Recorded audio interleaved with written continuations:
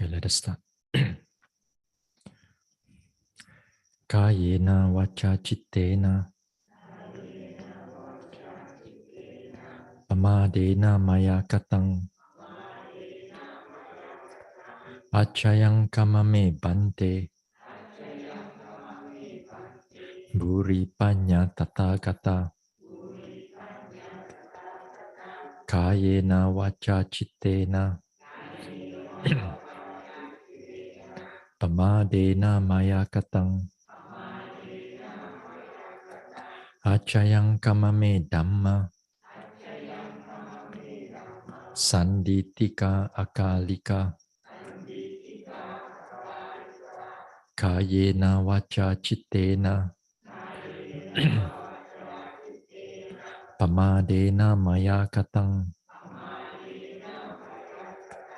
achayang kamame sangha supatipanna anuttara sadhu sa namo tassa bhagavato arahato samma sambuddhassa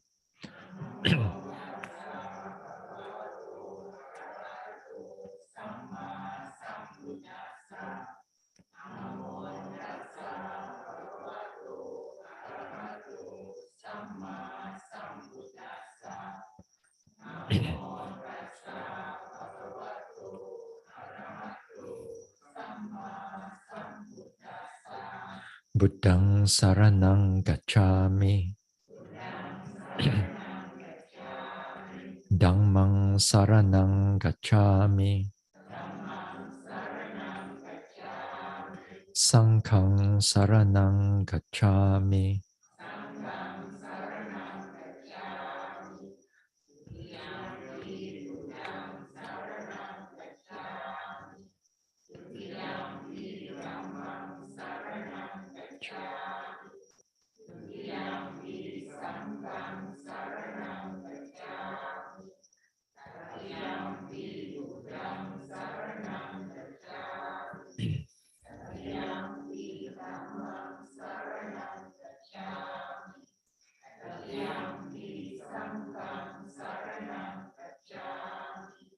Tisarana gamanang paripunang Panatipata veramani sikkhapadang samadhiyami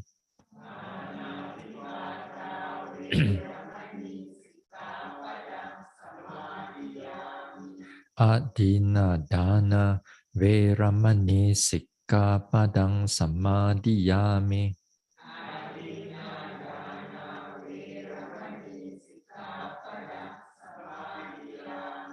Abrahmacharya veramani sikkhapadang samadhiyami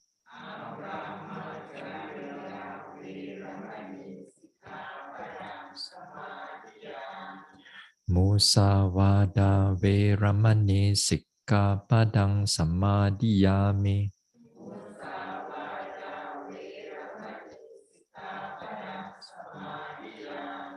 Surameraya majapamadatthana veramani sikkhapadang samadhiyami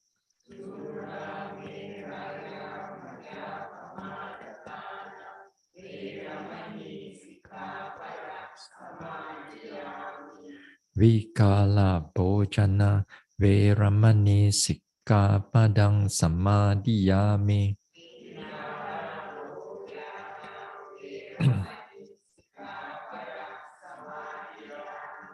Nacha Gita Vadita Visuka Dasana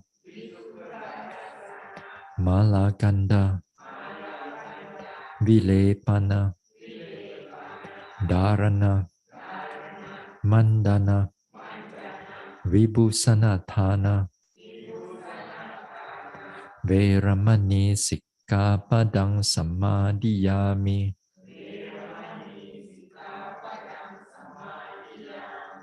Uchasayana Mahasayana Veramani Sikkhapadang Samadhiyami.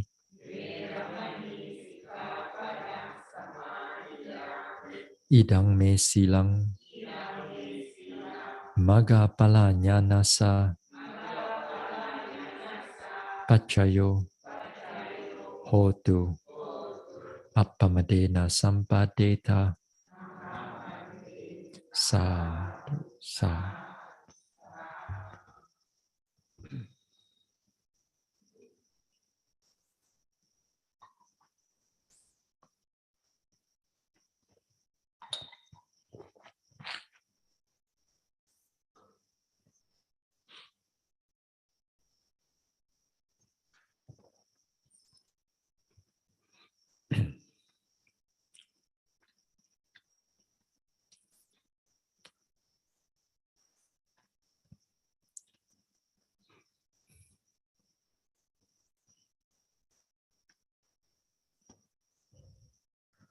Okay, let us do some guided equanimity before we start the Dhamma talk.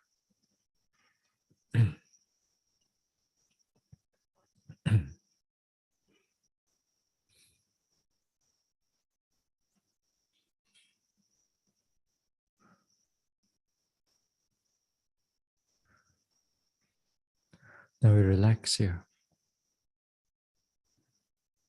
We let go of the noting on the vipassana objects. And keep the mind in the present, calm and peaceful. Let go of all the thinking, planning, memories. And keep the body relaxed.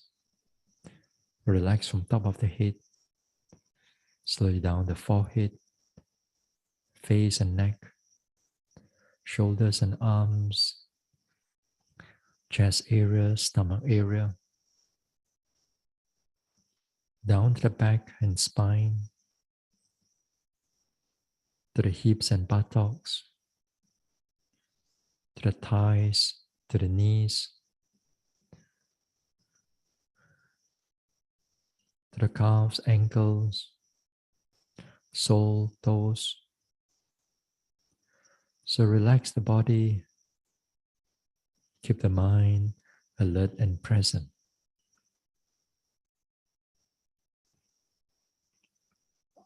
I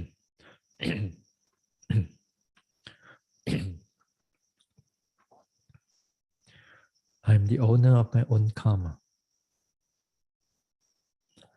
I am the owner of my own karma.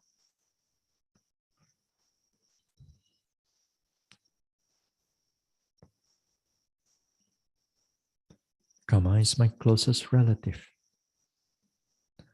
Karma is my closest relative.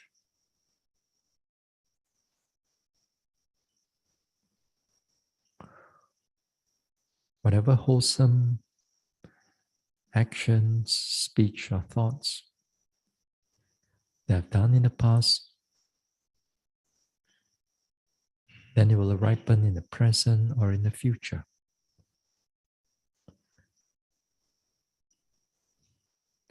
And whatever unwholesome action, speech, or thoughts that I've done in the past,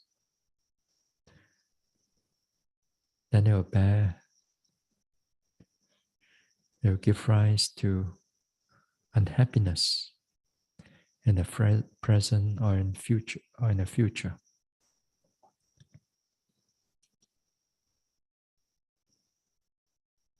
I'm the owner of my own karma.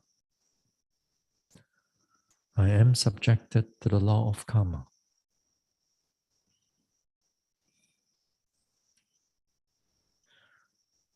I am too subjected to the law of samsara.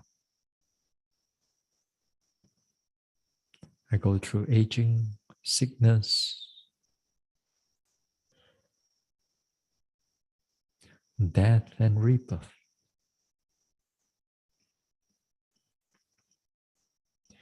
May I be able to accept the truth May I able to accept the truth, accept the reality without fear, without anxiety, without bias, but with understanding, wisdom, and calmness.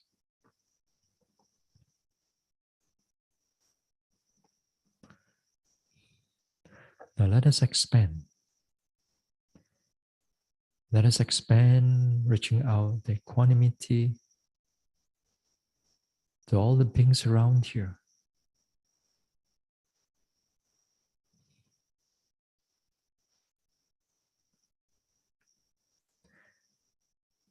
Monks and nuns, fellow yogis,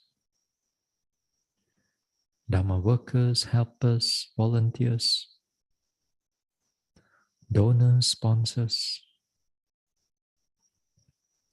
to all the guardian devas of this center, to all other devas residing in this neighborhood, to all the petas, and to all the animals, big, small, seen or unseen. All of us here subjected to the law of karma. We are the owners of our own karma. Karma is our closest relative.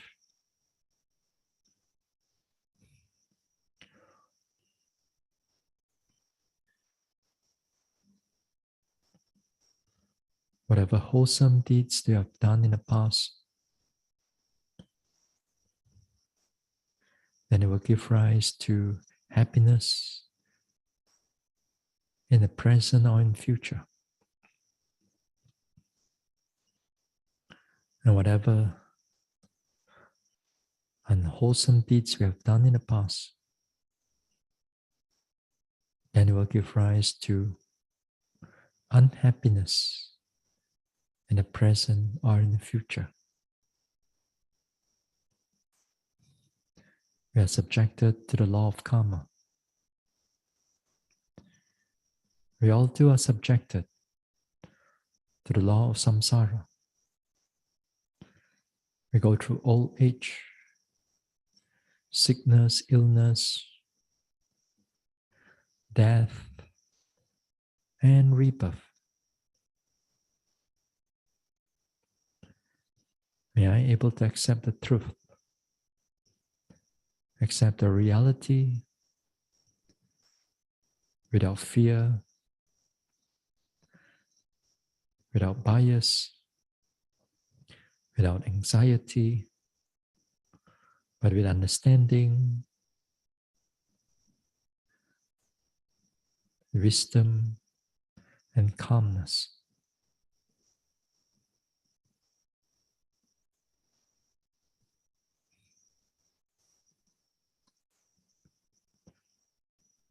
Now let us expand to all the beings in this country. All the beings in this country, may they be humans or non-humans, may they be devas or petas,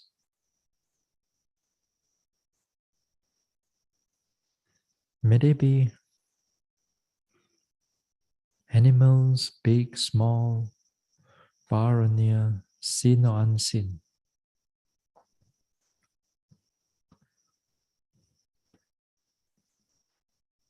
All beings in this country, without exception, they are subjected to the law of karma. They are the owners of their own karma. Karma is their closest relative.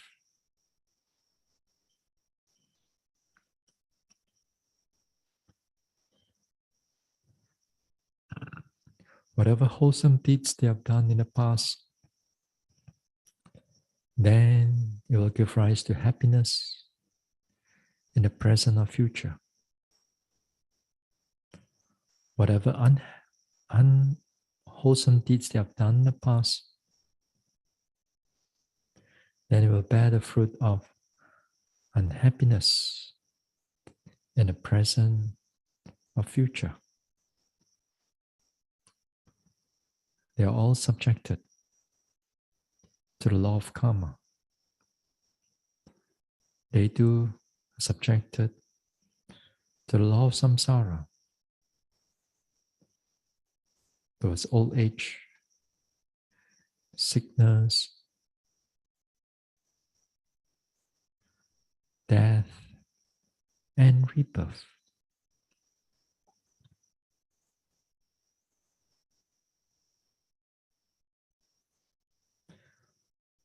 May I be able to accept the truth with wisdom, with understanding, and not with fear, not with bias,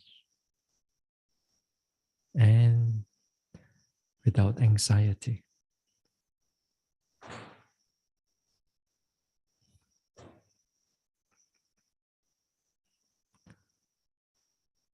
Now let us reach out to all the beings in this world, humans or non-humans, whether they are our loved ones near or far away, to those people whom we do not know wherever they are, to those whom we dislike or those who dislike us, to all the guardian devas of the Buddha Sasana, to all other devas residing in this world, to all the petas, and to all the animals, big, small, far or near, seen or unseen. All beings in this world, they are subjected to the law of karma. They are the owners of their own karma. Karma is their closest relative.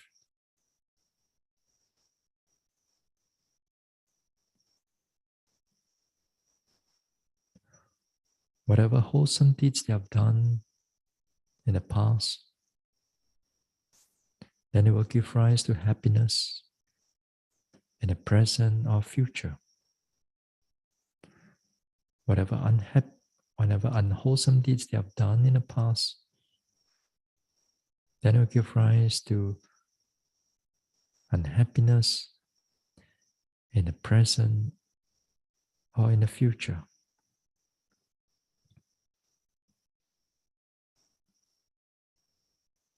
They are subjected to the law of karma. They too subjected to the law of samsara,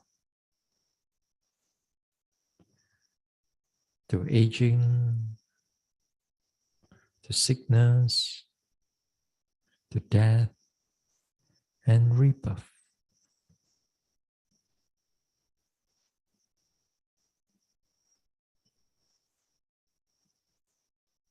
May I be able to accept the truth. May I be able to accept the reality without fear, without anxiety, without bias, but with understanding, with wisdom, and calmness.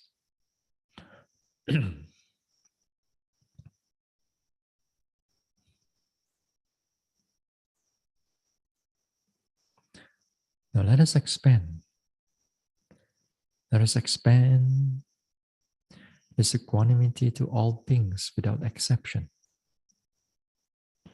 All beings in this universe or universes. All beings from the highest plane of existence down to the lowest plane of existence. All beings in all the world systems.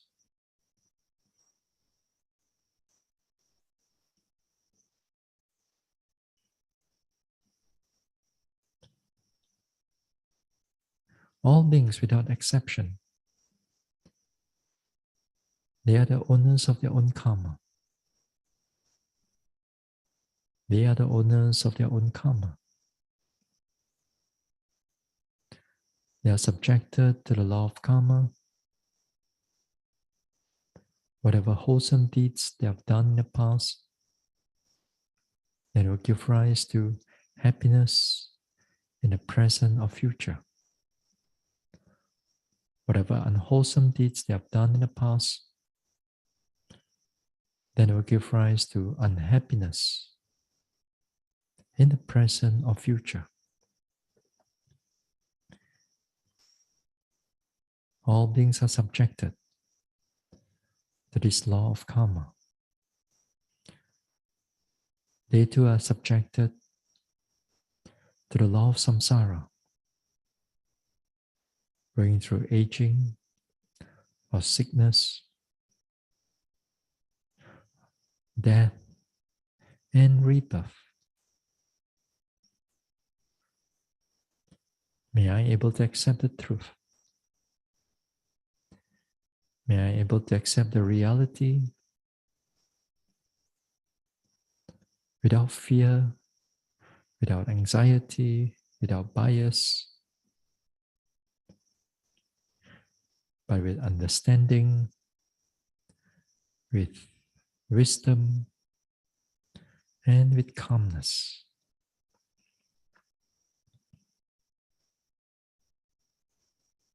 May I able to accept the truth without fear, without anxiety, but with wisdom, with understanding, and with calmness.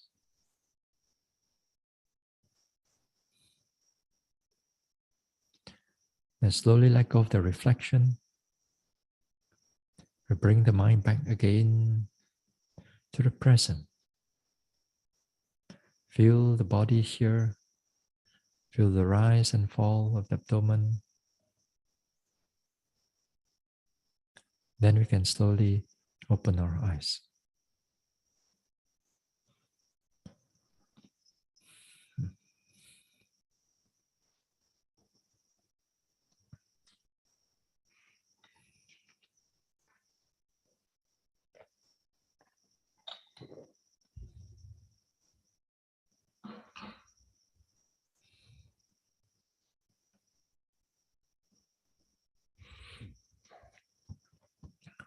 Right. So, Tuesday, we were talking about the insights. And some of the insight, as I said, that I try to relate where the equanimity is involved. As I said in the beginning of the practice, we don't see much of the equanimity yet. But equanimity is already doing its job. In the sense that when the equanimity is there, they keep the mind in balance. They keep the mind in the optimum level so that it doesn't go too much or too little of something. Everything is just enough for the purpose of noting. So all the factors of enlightenment, yeah, they go into the optimum state, so that the mind can able to notice all the objects in the body or the mind, mental or physical processes. So it's already happening while you are noting, even right from the first insight. Here, when we look at this insight,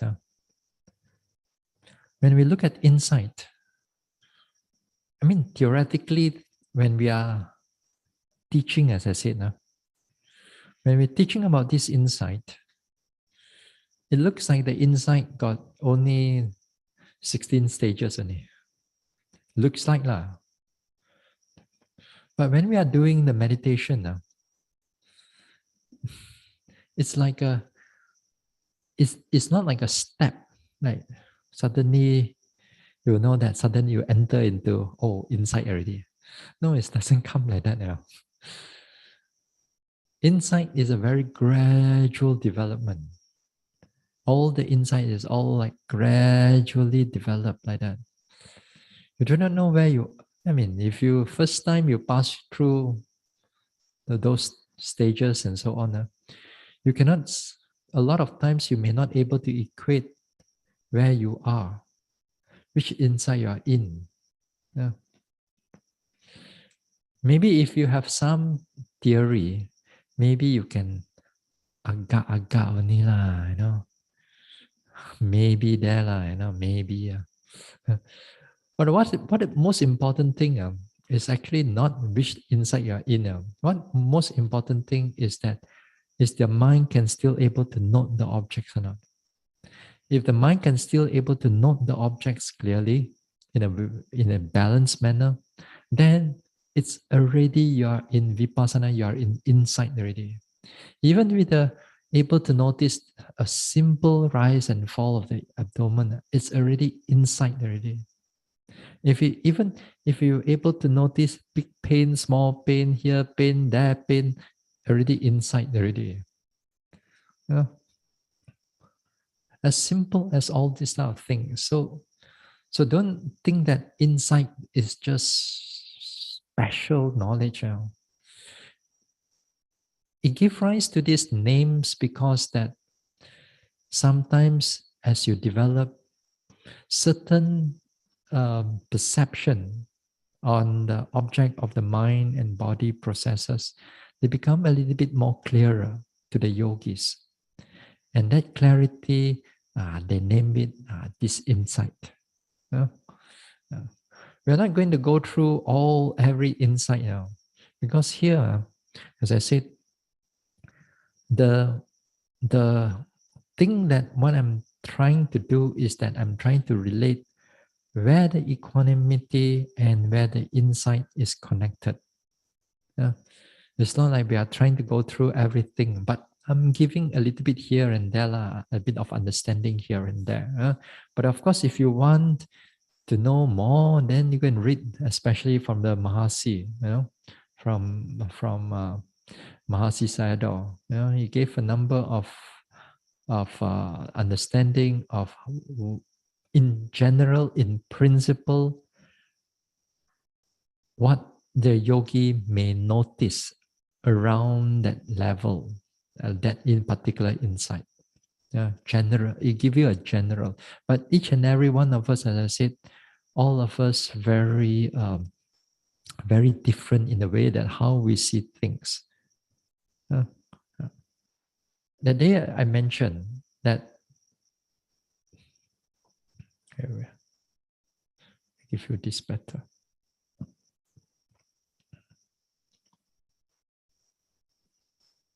Now, the day I mentioned,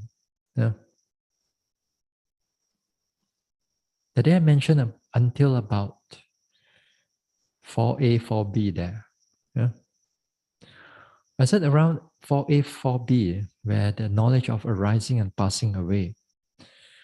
Beginning of the knowledge of arising and passing away, and I said that between third and fourth around there, yogis have a lot of all this type of called vipassana upakilesa. That sometimes the yogi may get attached, may get crave on the lights, on the joy, on the happiness, or pleasant feelings. Sometimes they get very resolute in their practice, very strong resolution. And sometimes with that type of resolution that they have, due to the nature of the yogi, due to the inclination of the yogi, sometimes with this type of people, they have see a lot of various faith object of faith. Sometimes they see pagoda, they see monastery, they see monks, they see Buddha, they see arahants, or whoever they are. This type of faith objects, for those people who have a very strong inclination in faith. Actually, there's a lot of people strong inclination in faith. So So these type of things, they do arises in the practice. They become quite strong, quite pleasant, quite peaceful, and then it's so easy for the mind to get attached to those things. They get attached to those things. It get crave for those things. Now, this type, we usually call it the craving or the delight into it. This is not in the sense of greed, like when you greedy for your food, or loba in the sense that it's strong loba, that we get attached to delight into the senses, the taste or the seeing or the hearing. When these type of delights of the eyes and the ears and all, these are very, call it the gross type of loba. But the one that comes with meditation, there's a kind of loba also, of course, if you go through this one. But it's more like a very soft type of craving. It's a delight into it. Yeah. You guys just sit there and just feel good. Yeah. So when you feel good, and that time you don't want to meditate, you don't want to note already. That means you get attached to those type of you begin craving for that type of calmness or peacefulness and so on. There are many yogis get caught into this type of things. They may not be a vipassana yogi. They can be anybody who meditates. And those who don't get it, this type of vipassana upakilesa, is the first one is that the enlightened ones, they don't get it. Doesn't mean that they don't see lights, Doesn't mean doesn't mean that they don't have joy or they don't have pleasant feelings. These are not eradicable. We don't eradicate pleasant feelings. Yeah. It's a craving that's eradicated. So anyway, what I'm trying to say is that when the joy that comes up or the pleasant feelings that comes up, the the enlightened ones don't get attached to those things. That's one thing. Another group of people also, they don't get it. This type of delight into this type of states of mind is those who don't practice. Simple. You don't practice, you don't get it.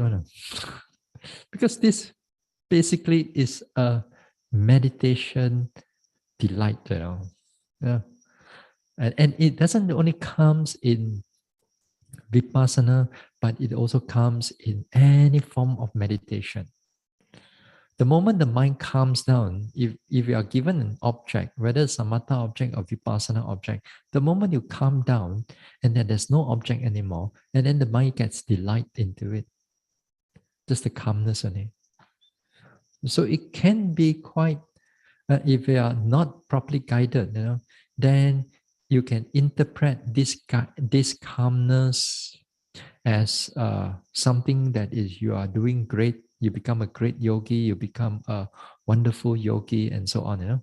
This type of is where the pride comes in, the mana comes in. So you think that you are better, you think that you are the same, or you think that you're this one. So if again you repeat this thing further and further, then it goes into wrong view. One gets really attached to that wrong view until you cannot able to let go. In other words, you believe that this is jhana or this is nibbana already. Always the tanha, mana, ditthi. Craving, ego or conceit, and then ditthi is view or here wrong view. Many times in the Abhidhamma or even in the suttas, you talk about tanha, mana, ditthi, because they are in the sense of they progress. It's a different type of defilement. There are different type of defilement, but each one condition the other one. Tanha condition the next one, the mana condition the wrong view. So this can be quite strong. It can be quite strong with some people. As long as you are guided, you follow the proper teachers, and then they ask you to go back to the meditation object, whether it's a vipassana object or physical object, or vipassana object or the samatha object. As long as you go back to follow those objects, then you are safe in a sense. So every now and then, you will go through this type of things. Every time that you meditate, you feel that everything becomes calm, nothing. Then this time, you just remind yourself, look for objects, look for objects. Don't let the mind stay still like that. It's still for too long, then it's problem. Sometimes it's still just for a while, then objects come in again, changing. That's fine. That's not a problem. But it's still for too long. Say a few minutes already, nothing there. Still quiet. No movement, no nothing. Then something is wrong already.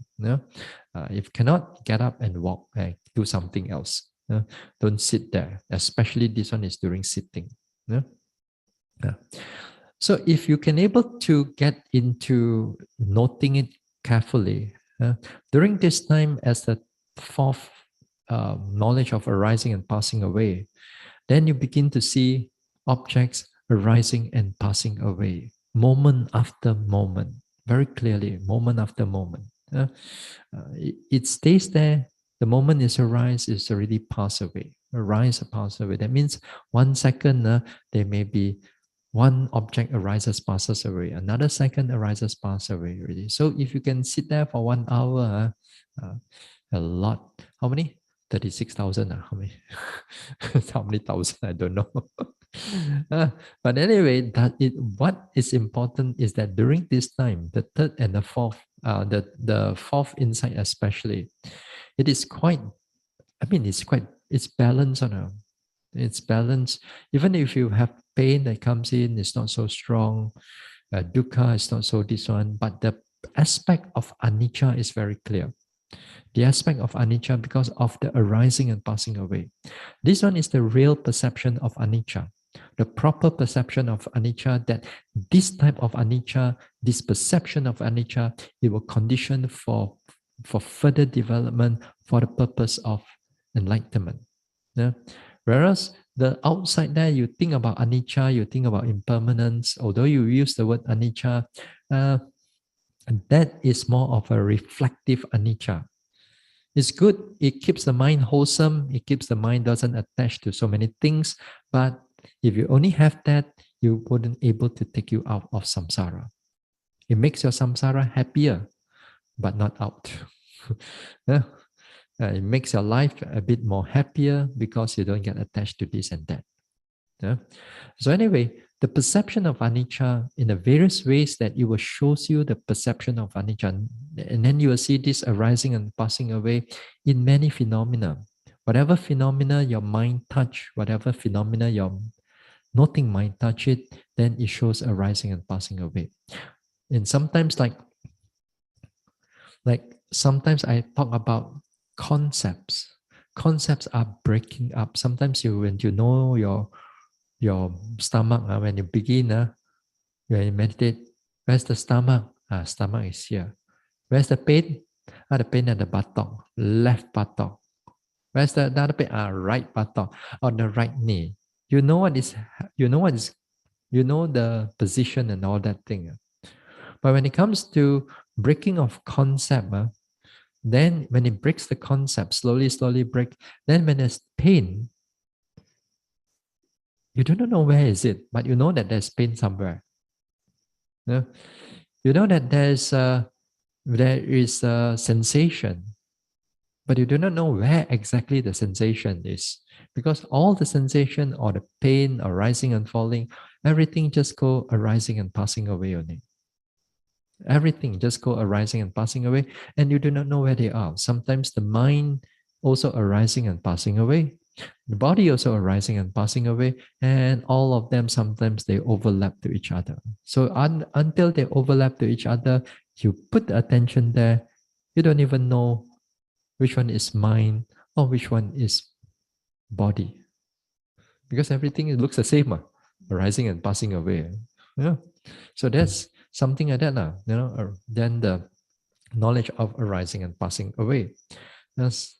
So again, different yogis, although this is how I explain it, but generally what is important is that during that time, the perception of anicca is impacting on that yogi. It's as going inside to the yogi, you begin to seeing this anicca in the sense that you're going to begin to drop what is nicca, what is permanent. The idea of permanent is begin to slowly eroded a little bit here and there because of the right perception, the proper perception of this, and the truth is right in front of you right now. So you're observing these type of things. So it's good during this time, your mind is quite balanced, quite good, and you can able to meditate for a long period of time. Walking, sitting, not so much of you can quite energetic, and the energy is quite balanced. Everything is in quite balanced manner. So it's honeymoon period.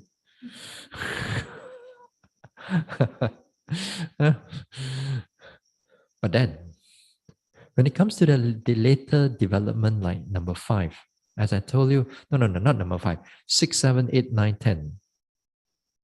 6, 7, 8, 9, 10. This is where the perception of dukkha will start coming in. The perception of dukkha, that day I mentioned, as I said, the dukkha type here is not just only your buttock pain here, pain.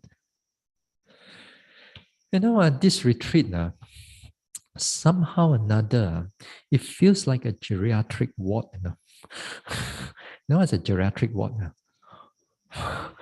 Old age one, for old age people. This one. One yogi will come in this pain. Another yogi will come in buttock pain. Another yogi come in knee pain. Another yogi come in head pain. Another yogi come in this pain, that pain.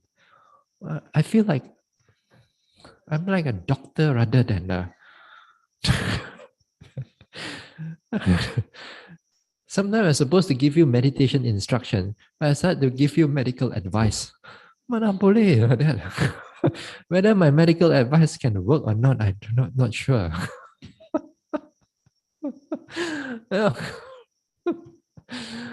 But anyway, this is like that. When it comes to meditation, usually is where you have, when you are retired, then you have more time. You are retired. Whether you retired early or you retired late, or when you give up your job, considered retired also, for a while, at least. Anyway, this type of dukkha that you go through, this pain, body pain and all that thing, the Buddha call it dukkha. Yeah? Painful type of dukkha, the painful type of dukkha. Yeah? And that we experience those things, but this is not all the dukkha is there, because the dukkha can go in deeper. The next type of dukkha is the dukkha due to change, viparinama dukkha. Yeah? This is the second type of dukkha. And the third type of dukkha is the dukkha due to formations, sankhara dukkha. Yeah? Due to sankhara dukkha. Now, this type of dukkha, now I think I talked about it last year. Last year, when there's no retreat, then I got nothing to do, then I give talk, last year. Then somewhere in the first Noble Truth, I explained about the dukkha. And of course, when I explain that type of dukkha, then I explain it through, at least on the vipassana level. Because the nature of dukkha is truly when you see it in the vipassana. You see it in the vipassana. I know we go through a lot of dukkha in life. I'm not undermining all the type of dukkha of the world, the type of, like, say, we see people go through cancer, or go through a sudden operation, or certain death of loved ones, or separation of loved ones. This type is big dukkha. It is really strong dukkha, but this is not all the dukkha is there. I don't ever think that just because we experience so much dukkha in the world right now, and this is all the dukkha, and you think that you're wiser. Yeah, you're a little bit wiser. Yes, yes, yes, but not enough to get you out of samsara yet. Yeah, not enough to get you out of samsara. So, is that the other two dukkha that we need to see, especially the dukkha due to formations. Viparinama dukkha here is dukkha that arises due to change.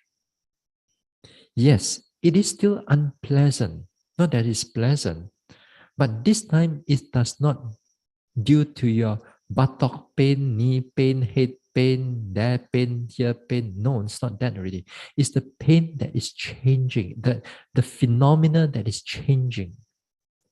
That the rising and falling, or the arising and passing away, or whichever phenomena, sitting, touching, or whatever, that is keep on changing. Changing and changing and changing until, uh, you look at it also, you get bored. You sit down and rising, falling, moving, moving, moving, moving, moving. What else is there to be moving, moving, moving, moving, moving, moving? You still can note, not to say you cannot note, but you keep on the same thing all over again. And yes, that's an aspect of dukkha actually. Yeah, and one aspect of dukkha. But when it comes into the deeper aspect, then the dukkha here, it's, let me give you another one. Sorry, stop share. Hold on, hold on. Share. Sorry. Hold on.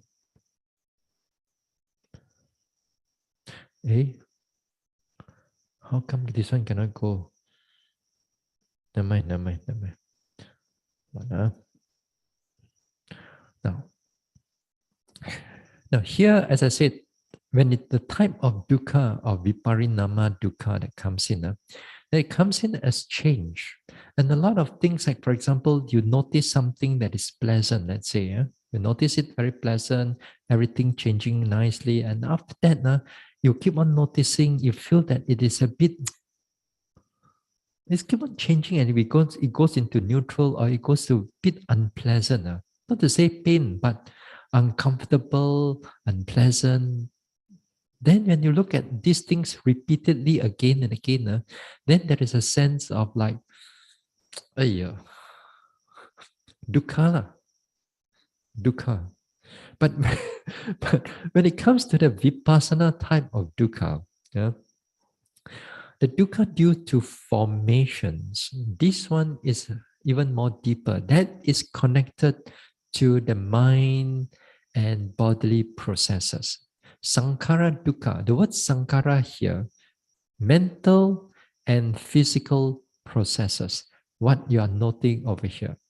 That means that you see this arising and passing away in so many ways. Then that arising and passing away becomes like difficult to bear. And the difficulty to bear, it comes in many forms. It comes in many forms. Many forms, many patterns. And again, during this time, 5, 6, 7, 8, around that time, a lot of your time, your faculties get very kacau a little bit now. Like, even sometimes you wouldn't even to sit for 1 hour. Even before that, you can able to go through very well and all that. But this time, sometimes the dukkha that comes in is so unbearable. It's not painful, buttock pain, it's just unbearable, the whole thing. And you can't even sit 1 hour. Or you sit there, you start to a lot of fidgeting. You want to move a little bit, you want to move there a little bit, you want to slightly move here, there. So the body fidget because of the unpleasantness that comes with the arising and passing away. Now, here when that time it comes in, it comes in, for example, like fearfulness. If the fearfulness here is not a sense of like, not in the sense of like you fear the ghost, you fear that thing.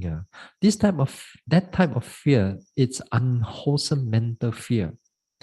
But the type of knowledge of fearfulness or awareness of fearfulness, they call it, it's the nature that when you see this arising and passing away again and again, and also like connected to number 5, that everything that is going into breaking up, everything is going into dissolution, like you're noting as if like it's keep on breaking, the object is keep on breaking. You think that your meditation is going somewhere wrongly. And then with that, sometimes some yogis felt that like, they keep on meditating, then it doesn't feel like there is a solid ground for you to hold on anymore.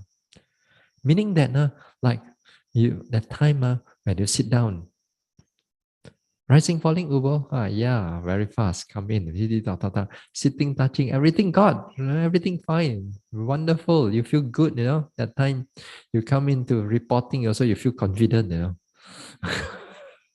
you feel that you have something to report.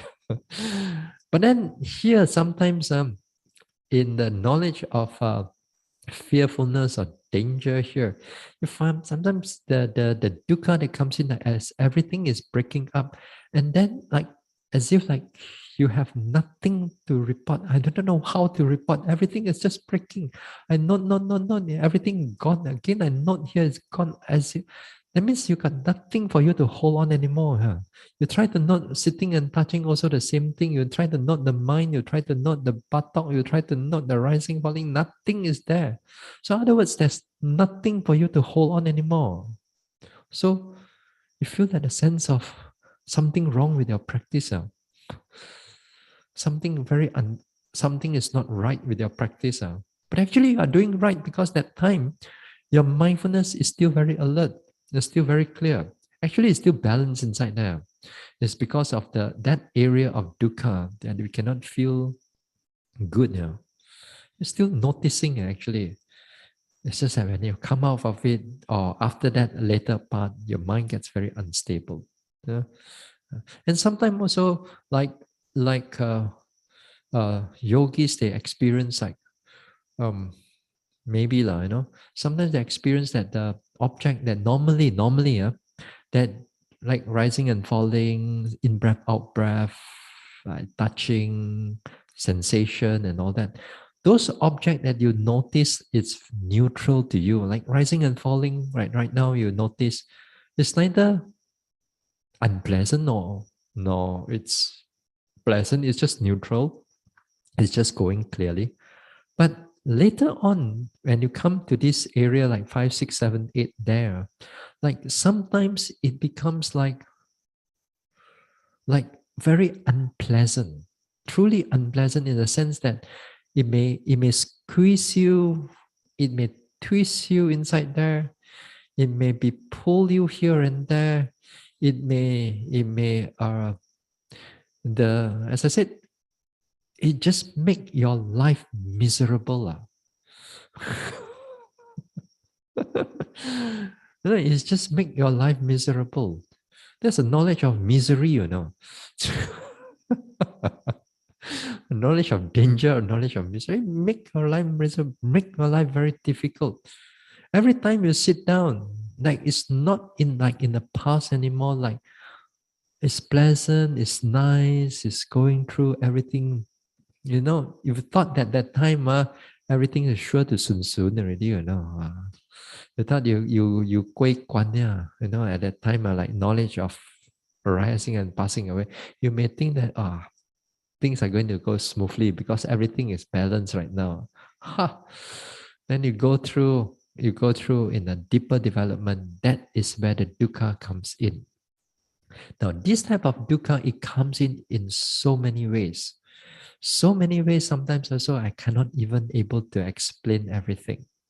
But when a yogi goes through it, and I explain a few things, of course, I already know agak-agak where they are, you know. But this time, yogis may felt that their confidence, their meditation confidence is all shaken up. It's going to test you. And here is where some teacher says is your gulong tika. You pack your bag and go back on this one, this stage over here. Because it's really unpleasant for some yogis. Some yogis can bear it up much better and they pass through. Because here the aspect over here right now is that to see so many various ways of dukkha, dukkha due to formations.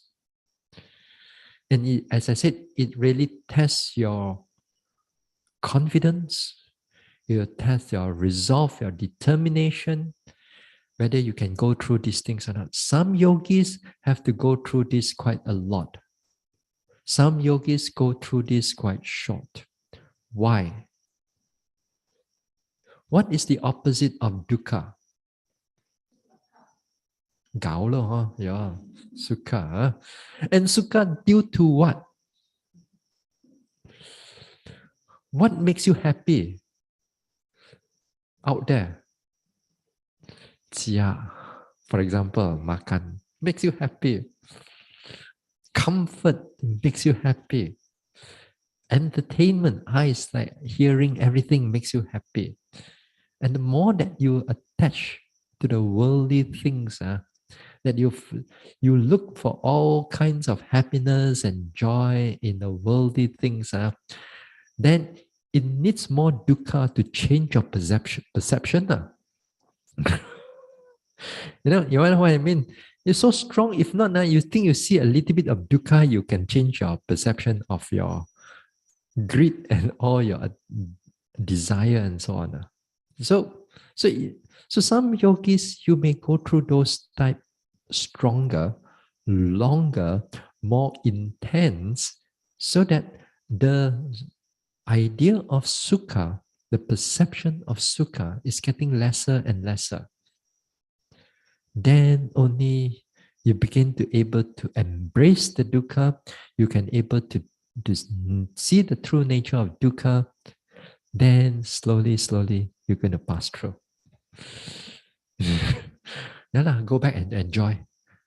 Chang, go back and enjoy. Stay wherever and enjoy until then you come back. Oh, Bante, how come cannot improve one? Not my fault. Not the teacher's fault. Don't think that the teacher beyong, you know. Don't think that the teacher no good. It's you yourself. Finally, it's all our attachments. So here, when we take note of this type of dukkha, as I said, you must be brave enough, you must be determined enough to notice however it comes in. Even every time you sit down, it's going to twist and turn and twist your stomach until like your bowels is going to come inside out, you know. Pasikat everything. And you got to stay there. And you got to keep noting. For some yogis, their experience is like their stomach or their chest is keep twisting and twisting. You thought that it's going to the maximum. You note some more, it twists some more. You note some more, it twists until. And the moment that you stop noting, then it goes back to nothing. It just go back to normal. Nothing. You feel okay when you're not. There's nothing with it. There's nothing wrong with you. And the moment you sit down again, your mindfulness, everything goes into concentrated, it goes into equilibrium, all the phenomena comes in again. And you're going to come in and you're going to show you the difficulty of it. So you got to note them through. You cannot like, you don't want them. You look for other object. Say, for example, other object is going to show you the same phenomena also. You think you can have a relief. Oh, the pain I don't want to see. I want to see and see the sitting, touching, see whether can relieve or not. You pay attention, sitting, touching also is doing the same thing also. So you cannot run away because the perception of dukkha is going to have overall in all forms, in all formation. Yeah. So this is to like a trailer, you watch movie.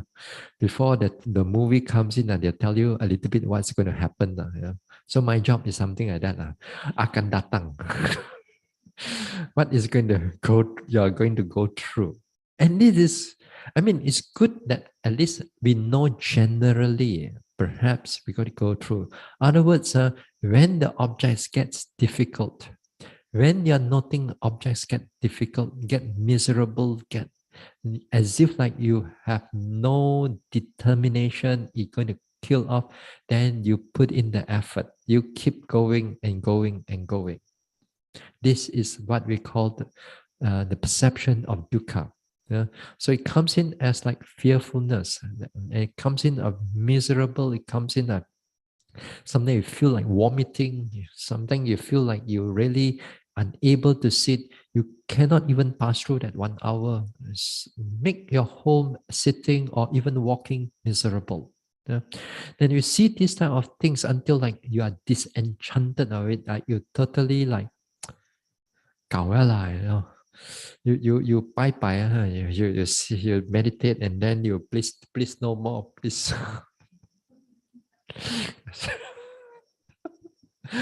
Then you get so difficult and you keep noting all those type of things until you get so disenchanted with all the formations, all the sankhara, anything that arising and passing away that you truly want to get out of it.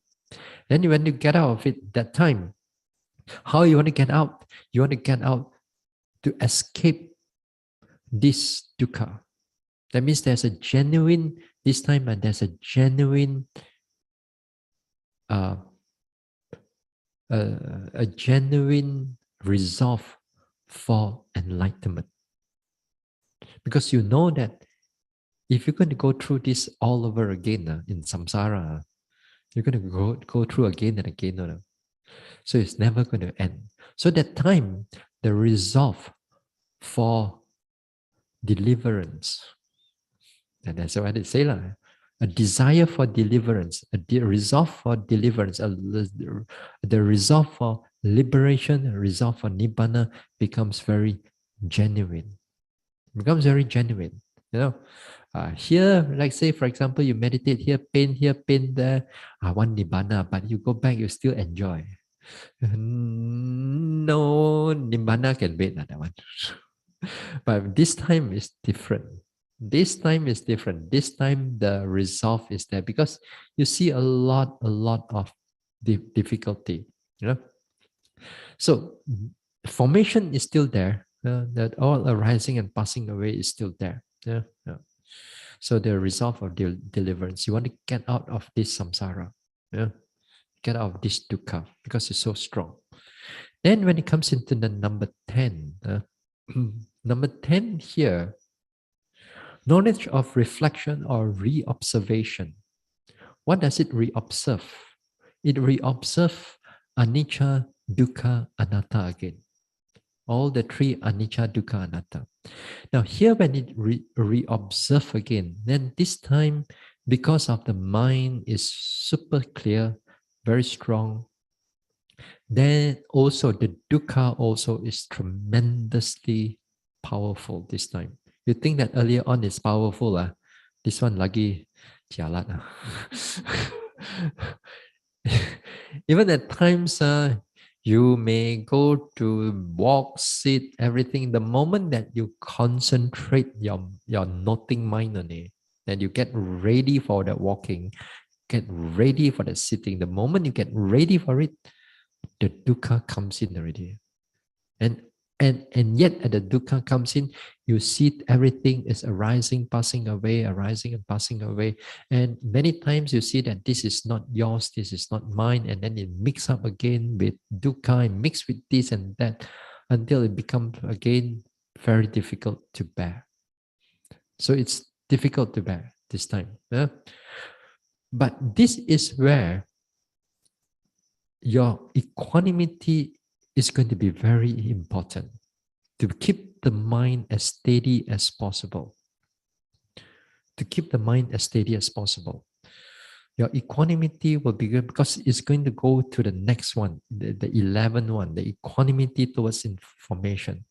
So other words, while you are going through all the dukkha and all that thing, you steady your mind, you resolve the mind, you keep it going. And here don't, of course, it gets difficult in the beginning, but bear up with it. Keep bearing up with it. The objects will be not easy for us to go through, but keep your mind steady. Your self-doubt, your hindrances, especially the doubting, is going to come in. You think that you are doing wrong, you think that you are not going to, you think that you want to give up, you think that you give you all kinds of hindrances, all kinds of thoughts, which is a different shades of self-doubt. It make you want to like feel like vomit, you feel like you don't want to meditate, it makes your life so miserable, but you stay there. You keep the mind as balanced as possible. Yeah? This is where the equanimity is really important. Yeah? You got to keep the mind as steady as possible. Now, when you're able to see these things and you, let's say you mature from noticing this dukkha and all that thing, then the mind matures into the equanimity of formations. Yeah. Now, equanimity of formation here is actually the same as what you see in the number 10 also, But this time, your mind is not affected by all kinds of dukkha. Previously, that no matter how it's going to twist you, no matter how it's going to break up, no matter how it's going to, whatever that's going to happen in the mind or bodily processes, this time the mind can fully take it all in. Without, ayo, can or not, without this or not, or so much dukkha, you feel like you want to this one and all that thing. The mind does not affected by all these type of things. That means the the the difficulty is still there. You still feel the unpleasant feelings there, but the mind does not shift anymore. The mind stays in the middle. Even if that time there are pleasant feelings that comes up, say for example, like your past experience uh, of the thoughts that arises, they give you so much joy. This time, all this type of joy and all that thing goes into equanimity. It cannot arise as any form of joy or any form of fear or any form of anything. Yeah. Even mosquito bite you also. Yeah, still got feeling, but no reaction. The mind doesn't react to it. It's, no matter how difficult it is, how difficult, whichever type of dukkha that comes in, whether it's sankhara dukkha or dukkha or leg pain, everything changing also pain, the mind is not affected at all. That means that time, the mind fully alert of whatever that is going on. Even thoughts that come in, whatever people do anything to you, whatever, the mind is very steady. Even sometimes you sit, the lightning comes in and the thunder comes in, no feeling. Don't I got, but you don't react to whole thing. Everything, the mind is very steady. And this time also, it's also interesting because of that equanimity, a very strong equanimity. The equanimity is actually begins like in the forefront. So until there, that time, you're walking and you're sitting, everything is always in the balance. Always in the balance. That time is really like the effortless effort already that time. Truly effortless effort, because you wake up 4 o'clock in the morning, you can start the car already, and sekali can go very fast. Like you all wake up in the 4 o'clock in the morning, cannot wait until afternoon, then things are clear, This one, no. Equanimity is the moment you start. And you can able to do mindful in the walking, in the sitting, in the daily activities for a long period of time throughout the whole day after day after day. And you don't feel imbalance, you don't feel not enough energy, you don't feel overexerting. It's quite interesting also. So that time is you can able to the equanimity come in such a strong manner that it comes to the forefront. That's why it called equanimity towards formation. So that equanimity, it brings every concentration, all the factors of enlightenment to come to that. Then with that thing, if that equanimity of formations getting matured, that is where, as I said, you're knocking on the door of Nibbana already. Now, if this equanimity of formation cannot get mature, then you have got to repeat it again and again. And this time, I have no answer for you. Why Bante still cannot get enlightened yet? No answer.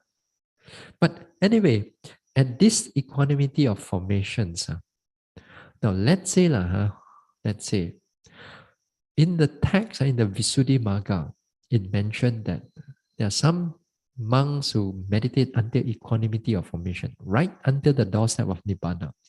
But he cannot get enlightenment, even for Sotapanna also. But he's very mindful yogi, mindful bhikkhu, and so on. Yeah?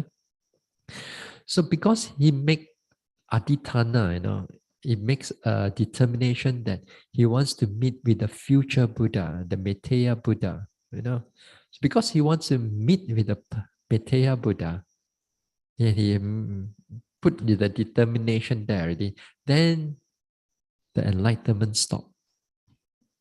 Enlightenment doesn't go through. He comes until equanimity of formations. The meditation is so good, but you just cannot cross over. So some of us, for example, we may make certain adhitthana, and we already like, I want this thing.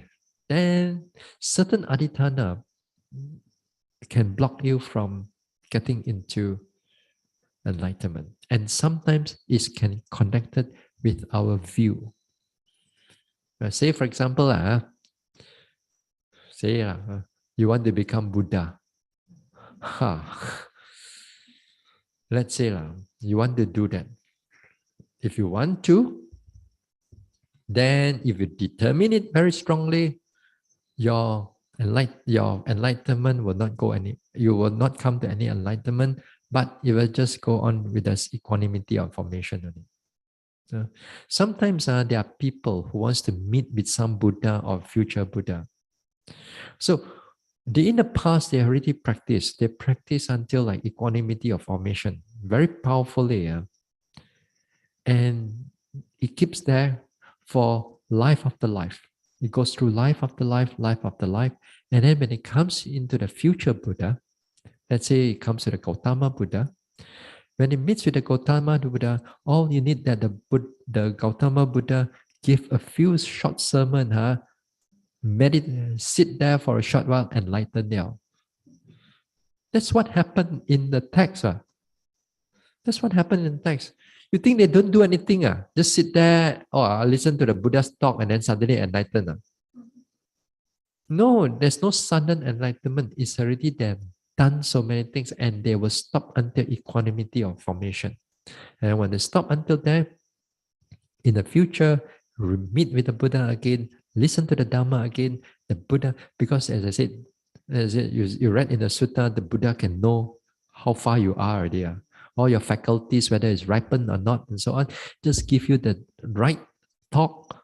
You make you sit there and bring up all your concentration up, everything into its full equanimity again. From there on, you notice a few things, 搞了 enlightenment. That's why it's so fast. That's why it's so big. Can be quite a lot of people like that. I mean, we read in the suttas, those people who able to do that. But actually, it's although we read in the suttas that there are many people like that, but comparatively in the samsara, they are just a very negligible. This type of people. Most of us we cannot do that. Most of us we cannot do that. So some people have that aspiration. I'm not sure what you want. Doesn't matter if you want to meet with the future Buddha, of course you have to go through the suffering of samsara. You still have to go through the suffering of samsara, but your faculties comes into maturity already at that equanimity of formation. Now let's say this equanimity of formation, that your mind is all in the tip-top condition right now, fully balanced, fully alert, fully clear, and the equanimity of formations comes into maturity. Now it comes into maturity. That means the arising and passing away, what you notice in the equanimity of formations there, certain times it will speed up. It will speed up.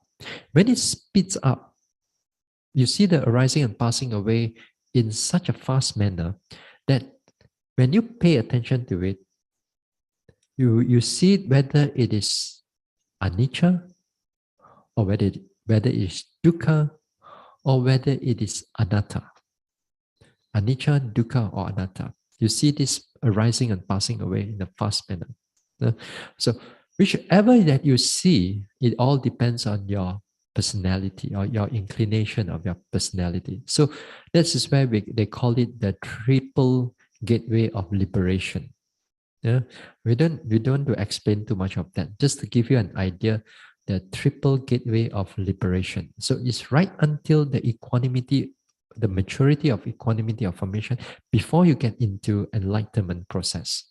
You see the changes and how does the arising and passing away looks to you. How do you perceive the thing?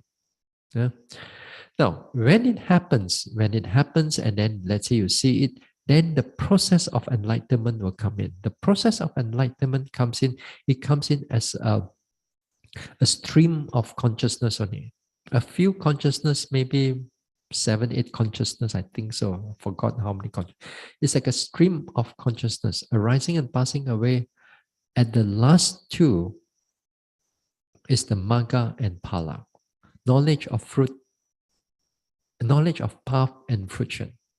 Now, in that enlightenment process, it is again here knowledge of adaptation and knowledge of change of lineage here. It's only single consciousness only. It's just only a single consciousness. Change of lineage also a single consciousness. Path also is a single consciousness. Fruition maybe 2 consciousness only, according to Abhidhamma. It's a very short process only. And that's it. You're enlightened now. But that is the first time, as I said. That is the first time. Very fast, you go through it. But this time, when you go through this type of things, the state of mind is very different. It's no more Kanika Samadhi anymore. It's Appana Samadhi already this time. It's absorption concentration because it absorbs into Nibbana.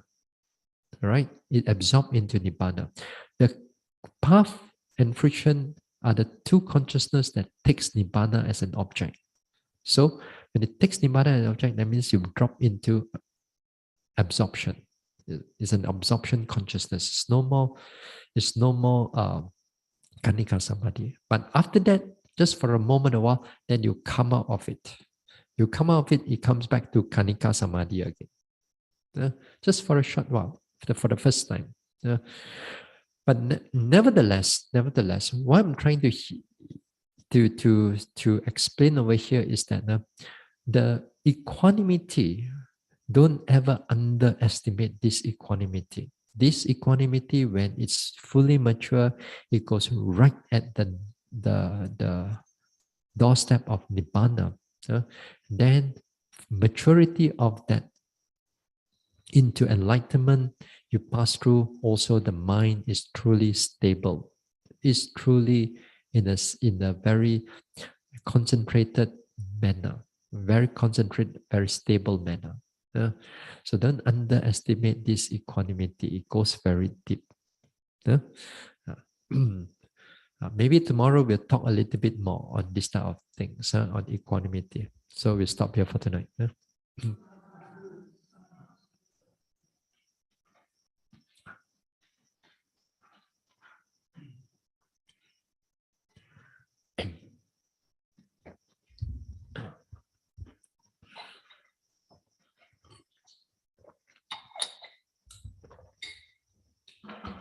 Share merits. Idang me bawanang nibbanasa pachayo hotu. May my mental cultivation be a condition for the realization of nibbana. Imang no punya bagang sabba sattanang dema. We share these merits with our departed ones, with all beings and all the devas. Sabbe satta sukhi hontu anumodantu. May all beings be happy.